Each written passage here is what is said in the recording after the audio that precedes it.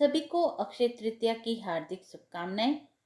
भगवान श्री हरि व माता लक्ष्मी की कृपा दृष्टि सदा सर्वदा सभी पर बनी रहे व सभी का जीवन सुखमय व सुख समृद्धि और सौभाग्य से संपूर्ण हो।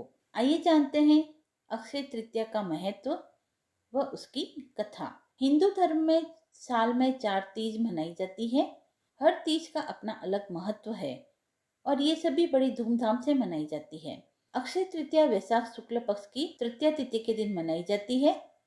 इस दिन देवी लक्ष्मी और भगवान विष्णु की पूजा की जाती है। इसे आखा तीज और अक्ति के नाम से भी जाना जाता है। अक्षय तृतीया एक महत्वपूर्ण दिन है। हिंदू कैलेंडर में किसी महीने में कोई तिथि घट भी सकती है और बढ़ भी सकती है, लेकिन अक्षय तृतीया एक ऐसी तिथि है जो कभी भी ना तो कम होती है और ना ही बढ़ती है। इसीलिए इसका नाम अक्षय तृतीया है। अक्षय का मतलब है जिसका कभी भी क्षय नहीं होता। यह दिन पृथ्वी के रक्षक श्री विष्णु भगवान को समर्पित है। हिंदू धर्म की मान्यता के अनुसार विष्णु जी ने श्री परशुराम जी के रूप में इसी दिन धरती पर अवतार लिया था। इस दिन परशुराम जी के रूप में विष्णु जी 6वीं बार धरती पर अवतरित हुए थे। वेद व्यास जी ने गणेश जी के साथ महाभारत लिखने की शुरुआत अक्षय तृतीया के दिन ही की थी। अक्षय तृतीया के पीछे हिंदुओं की एक रोचक मान्यता है। जब श्री कृष्ण ने धरती पर जन्म लिया तब अक्षय तृतीया के दिन उनके निर्धन मित्र सुदामा कृष्ण से मिलने पहुंचे। सुदामा के पास कृष्ण को देने के लिए सिर्फ कुछ मुट्ठी चावल के दाने थे।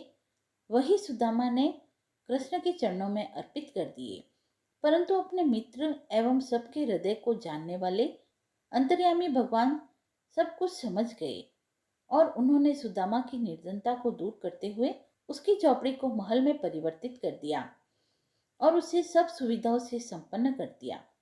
इस दिन महाभारत का युद्ध समाप्त हुआ था और त्रेता युग की शुरुआत हुई थी।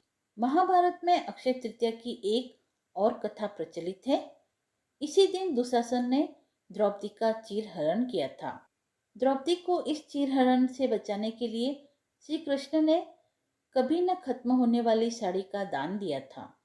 माना जाता है कि इस दिन किया गया जप तप पितृतर्पण दान पुण्य आदि करने से उस चीज का फल हमेशा व्यक्ति के साथ ही रहता है, उसका कभी भी क्षय नहीं होता। शादी गृह प्रवेश मकान बनाना नए व्यापार की शुरुआत करना आदि के लिए अक्षय तृतीया का दिन अबुझ मुहूर्त वाला दिन कहलाता है, अर्थात बिना किसी संकोच के किसी भी कार्य की शुरुआत इस दिन की जा सकती है।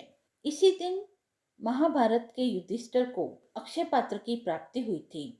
इस अक्षय पात्र की विशेषता थी कि इसमें से कभी भोजन समाप्त नहीं होता था। इस पात्र के द्वारा युधिष्ठिर अपने राज्य के निर्धन एवं भूखे लोगों को भोजन देकर उनकी सहायता करता था। इसी मान्यता के आधार पर इस दिन किए जाने वाले दान का पुण्य भी अक्षय माना जाता है, अर्थात इस दिन मिलने वाला पुण्य कभी खत्म नहीं होता। यह मनुष्य के भाग्य को सालों साल बढ़ाता है। जैन धर्म में इसे तीर्थंकर ऋषभनाथ द्वारा 1 वर्ष के उपवास के बाद गन्ने का रस पीकर उपवास समाप्त करने के दिन के रूप में मनाया जाता है। जैन धर्म का पालन करने वाले लोग इस दिन सिर्फ गन्ने के रस को पीकर व्रत करते हैं। दूसरी मान्यता के अनुसार त्रेता युग के शुरू होने पर धरती की सबसे पावन मानी जाने वाली गंगा नदी को भगीरथ धरती पर लाए थे। इस पवित्र नदी के धरती पर आने से इस दिन की पवित्रता और बढ़ जाती है। इस दिन पवित्र गंगा नदी में डुबकी लगाने से मनुष्य के पाप नष्ट हो जाते हैं। अक्षय तृतीया के दिन ही माँ अन्नपूर्णा का जन्म हुआ था और इसी दिन माँ अन्नपूर्णा की पूजा भी की जाती है और इसी दिन माँ से भंडारे भरपूर रखने का वरदान मांगा जाता है। दक्षिण प्रांत में इस दिन की अलग ही मान्यता है।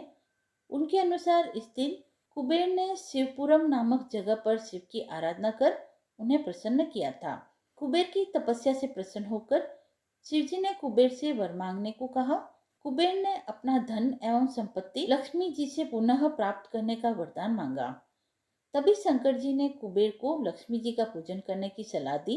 इसीलिए तब से लेकर आज तक अक्षय तृतीया पर लक्ष्मी जी का पूजन किया जाता है। लक्ष्मी विष्णु भगवान जी की पत्नी है, इसीलिए लक्ष्मी के पूजन से पहले भगवान विष्णु की पूजा की जाती है।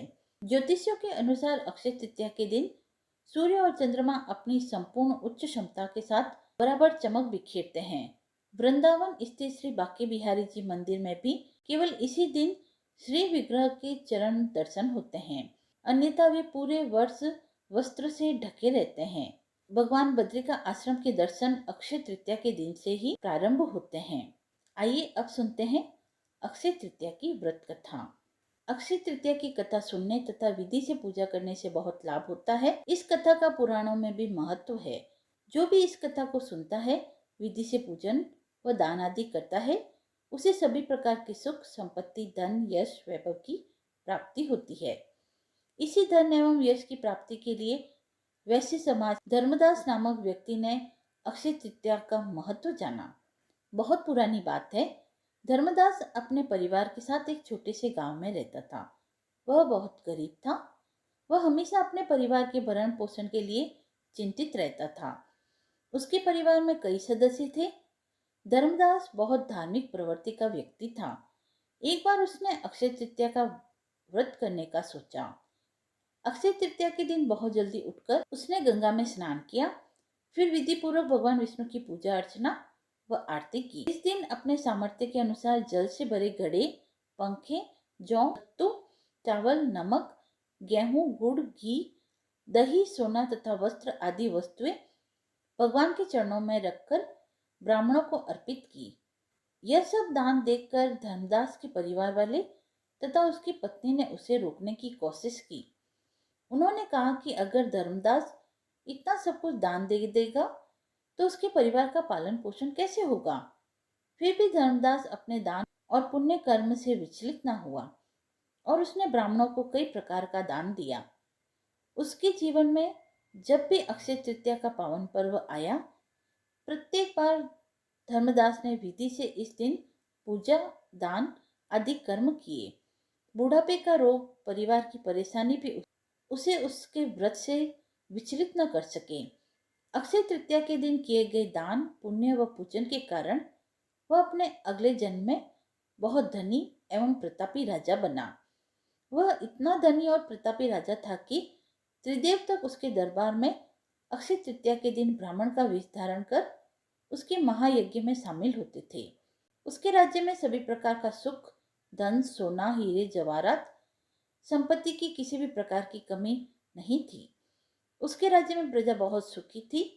अक्षय तृतीया के पुण्य प्रभाव से राजा को वैभव और यश की प्राप्ति हुई, लेकिन वे कभी लालच के वश नहीं हुए एवं अपने सत्कर्म के मार्ग से विचलित भी नहीं हुए। उन्हें उनके अक्षय तृतीया का पुण्य सदा ही मिलता रहा। श्रद्धा और भक्ति का उसे कभी घमंड नहीं हुआ। वह प्रतापी राजा महान एवं वैभवशाली होने के बावजूद भी धर्म मार्ग से कभी विचलित नहीं हुआ। माना जाता है कि यही राजा आगे के जन्मों में भारत के प्रसिद्ध सम्राट चंद्रगुप्त के रूप में पैदा हुआ। जैसे भगवान ने धर्मदास पर अपनी कृपा की, वैसे ही जो भी व्यक्ति इस अक्षय तृतीया की कथा का महत्व सुने अथवा कहे, वह विधि विधान से पूजा व दान करे, क्योंकि ऐसा करने से अक्षय पुण्य व यश की प्राप्ति हो। बोलिए रमापति भगवान की जय, माँ लक्ष्मी की जय। यदि आपको यह कथा पसंद आई हो तो आप मेरे चैनल को लाइक, शेयर एंड सब्सक्राइब करें। धन्यवाद।